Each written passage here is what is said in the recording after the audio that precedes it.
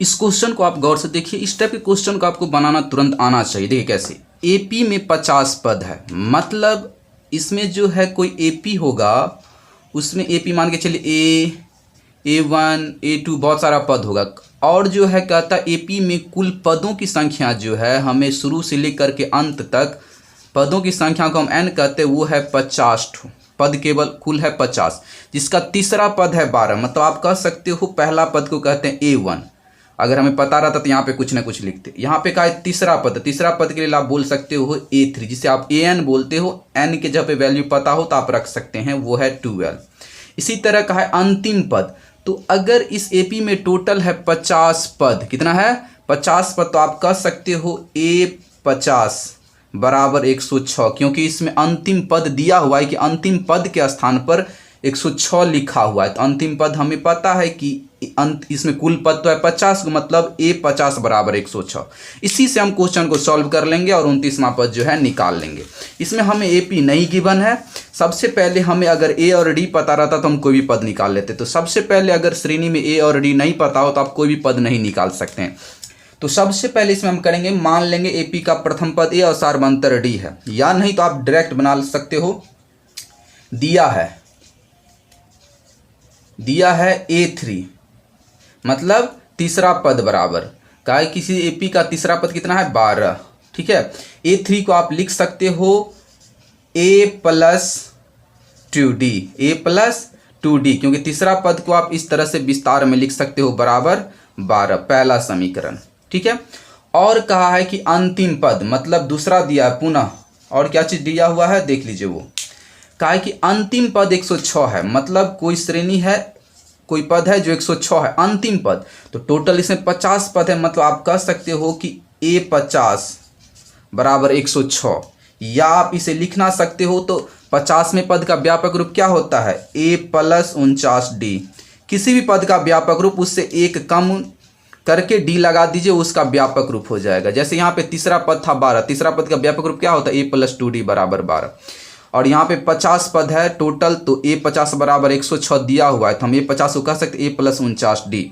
तो यहाँ पे पहला समीकरण और दूसरा समीकरण जो है हमें पता चल गया। अब करेंगे क्या, समीकरण 1 एवं समीकरण 2 से सॉल्व करेंगे हम। देखिए यहाँ पे, अब यहाँ पे हम लिख सकते हैं कि समीकरण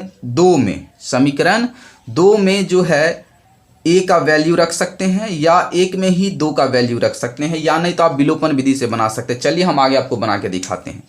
अब लिखते हैं हम समीकरण 1 एवं 2 से, समीकरण 1 घटे 2, मतलब समीकरण 1 में से समीकरण हम 2 को घटाने वाले हैं। अब चलिए घटाते। समीकरण 1 क्या है, ए देख लीजिए यहाँ पे A+2D बराबर 12, और दूसरा समीकरण क्या है A+49D बराबर 106। अब हम घटाने वाले हैं तो घटा देते हैं। देखिए हमने बोला है घटाने पर, तो घटाएंगे कैसे वो देखिए। यहाँ पे घटाने पर क्या होता है, जो नीचे वाला रहता है प्लस में रहता है तो माइनस में, जो प्लस में रहता है वो माइनस में, जो माइनस में रहता है प्लस में। तो यहाँ पे ये भी पॉजिटिव, अब निगेटिव हो गया, पॉजिटिव था निगेटिव हो गया, पॉजिटिव था निगेटिव हो गया। तो यहाँ पे क्या होगा, ए से ए कैंसिल, क्योंकि ए मेरे पास है, ए कट गया। अब देखिए यहाँ पे 2D मेरे पास है, 49D मांग रहा है, तो कितना बचेगा 47D, वो भी किस चीज़ में, माइनस में, क्योंकि माइनस का चिन्ह बड़ा है, पॉजिटिव चिन्ह छोटा है। अब देखिए यहाँ पे 12 में से 106 नहीं जाएगा, 106 में से 12 को घटाना है, तो यहाँ पे देखिए 6 में से 2 जाएगा तो 4, 9 में से 1 जाएगा, 10 में से 1 जाएगा तो 9, 94।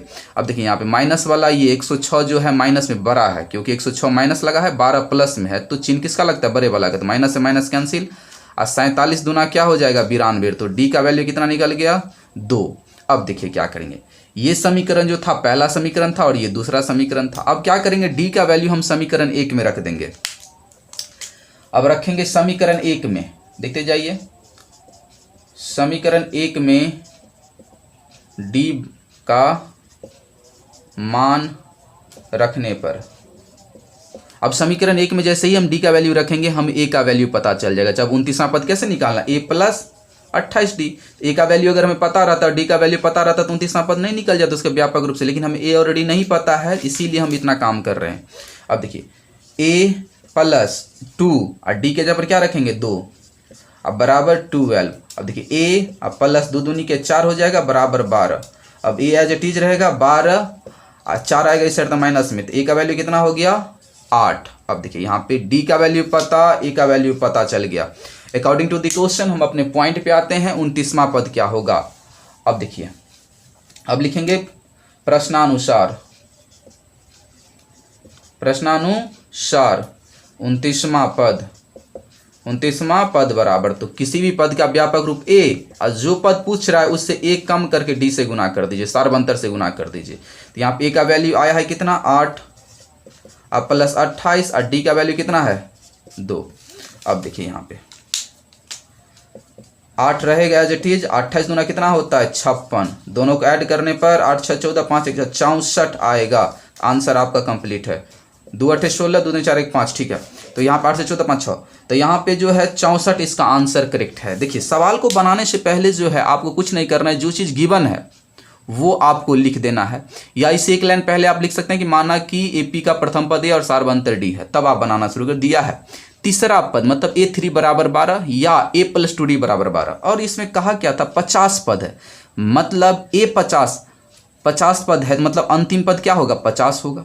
और कहा है कि अंतिम पद के जगह पे जो है वो है 106, तो यहाँ पे आप a 50 बराबर 106 यानी a 49d बराबर 106 लिखेंगे। इससे दो समीकरण से हम a और d निकाले हैं, फिर 29वां पद के व्यापक रूप में a और d का वैल्यू रखने पर हमें ये पता चल गया। अब यहाँ पे कोई भी पद इस टाइप का क्वेश्चन यहाँ पे जैसे पूछता 30वां पद क्या होगा, तो क्या होता a + 29d, इसमें a के जगह पे 8 और प्लस 29 और d के जगह पे 2, और यहाँ पे 8 और प्लस 9 दूनी 18 2 दूनी 4 1 5, यहाँ पे 8 16 6 66 हो जाता। यहाँ पे चौथा पद पूछता क्या होगा, चलिए चौथा पद बताइए, तो कुछ नहीं करना है, यहाँ पे a +